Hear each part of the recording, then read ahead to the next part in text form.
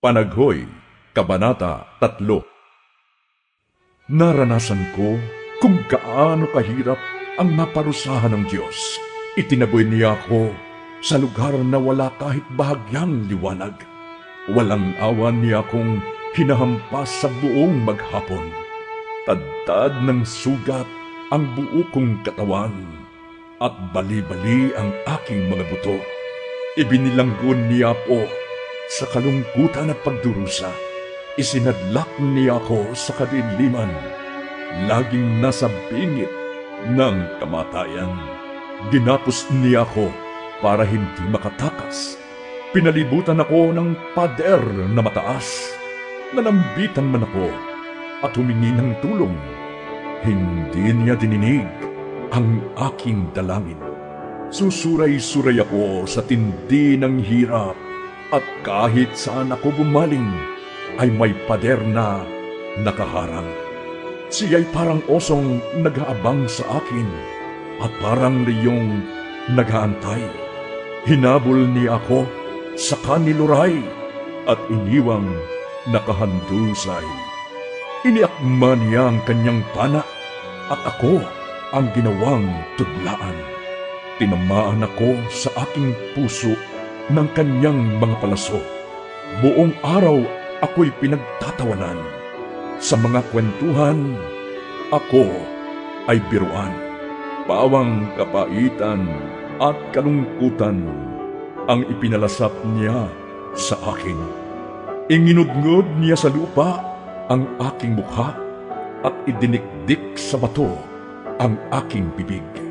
Naglaho sa akin ang bakas ng kalusugan, maging kapayapaan at kaligayahan man. Kaya't sinasabi ko na wala na ang aking lakas at ang aking pag-asa kay Yahweh. Simpait ng akto ang alalahanin sa aking paghihirap at kabiguan. Lagi ko itong naaalaala at ako'y labis na napipighati. Gayon may nanunumbalik ang aking pag-asa kapag naalala kong pag-ibig mo, Yahweh, ay hindi nagmamaliw. Kahabagan mo'y walang kapantay. Ito ay laging sariwa bawat umaga. Katapatan mo'y napakadakila. Si Yahweh ay akin, sa Kanya ako magtitiwala. Si Yahweh ay mabuti sa mga nananalig at umaasa sa Kanya. Kaya't pinakamainam ang buong tiyagang umasa sa ating kaligtasan. Si Yahweh ang may dala.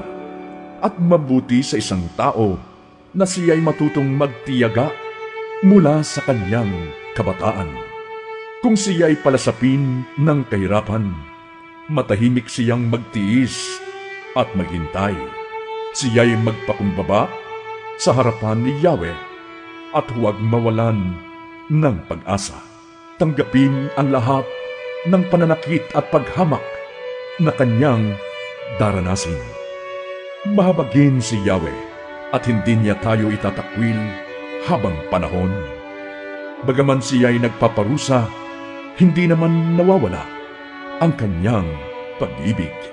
Hindi niya ikatutuwang tayo'y saktan o pahirapan. Hindi nalilingid kay Yahweh kung naghihirap ang ating kalooban, maging ang ating karapatan kung tayo'y pagkaitan.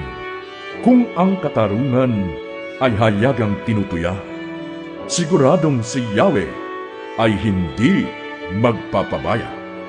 Walang anumang bagay na mangyayari nang hindi sa kapahintulutan ni Yahweh.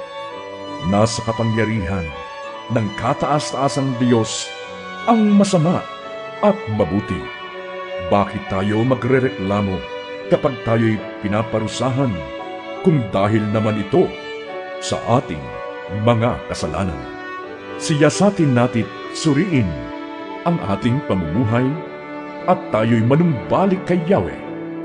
Dumulog tayo sa Diyos at tayo'y manalangin. Kami nagkasala at naghimagsik at hindi mo kami pinatawad. Sa iyong matinding galit ay hinabol mo kami at walang awang pinatay. Ang galit mo'y tila makapal na ulap na hindi malampasan ng aming mga dalangin. Ginawa mo kaming tambakan ng kasamaan ng sanlibutan. Kinukutya kami ng aming mga kaaway. Nagdaan na kami sa pagkawasak at kapahamakan. Naranasan namin ang mabingit sa panganib at manginig sa takot. Hindi mapigil ang pagbalong ng aking mga luha dahil sa kapahamakang sinapit ng aking bayan. Walang tigil ang pagdaloy ng aking mga luha hanggang si Yahweh ay tumunghay mula sa langit at kami lingapin. Nagdadalamhati ako dahil sa sinapit ng mga kababaihan sa aking lungsod. Para akong ibong binitag ng aking mga kaaway, gayong wala silang dahilan upang kamuhian ako. Ako'y inihulog nila ng buhay sa isang balon at tinakpan ng bato ang bunganga nito. Lumubog ako sa tubig at nasabi ko, wala na akong pag-asang mabuhay pa. O Yahweh, tinawag ko ang iyong pangalan nang ako'y nasa kailaliman ng balon. Narinig mo ang aking samo. Huwag mong takpan ang iyong pandinig sa aking paghingi ng tulong. Nilapitan mo ako nang ika'y tawagan ko. Sinabi mo sa akin, huwag kang matakot. Tinulungan mo ako, Yahweh, at iniligtas mo ang aking buhay. Hindi kaila sa iyo ang kasamaang ginawa nila sa akin. Bigyan mo ako ng katarungan. Nakita mo ang kanilang paghihiganti at masasamang balak laban sa akin. Narinig mo, Yahweh, ang pangungutya nila at mga pakana laban sa akin. Nagsasalita at nag-iisip laban sa akin ang mga kaaway ko. Mula umaga hanggang gabi, kanilang panunuyay walang pasintabi. O Yahweh, parusahan mo sila ayon sa kanilang ginawa. Pahirapan mo sila at iyong sumpahin. Habulin mo sila at iyong lipulin.